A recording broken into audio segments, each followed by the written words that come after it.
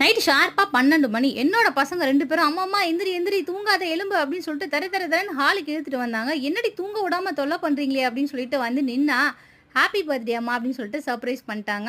என்னோட பர்த்டே அன்னைக்கு 2 பேரும் சேர்ந்து அழகா ஒரு கேக் வாங்கி, அதில ஹாப்பி பர்த்டே அம்மான்னு மென்ஷன் பண்ணி, அண்ட் என்னோட சேனல் 11,500 சப்ஸ்கிரைபர் ரீச் பண்ணியிருக்காங்க. அதையும் மென்ஷன் பண்ணி அழகா வந்து எனக்கு கொண்டு வந்து குடுத்துருந்தாங்க.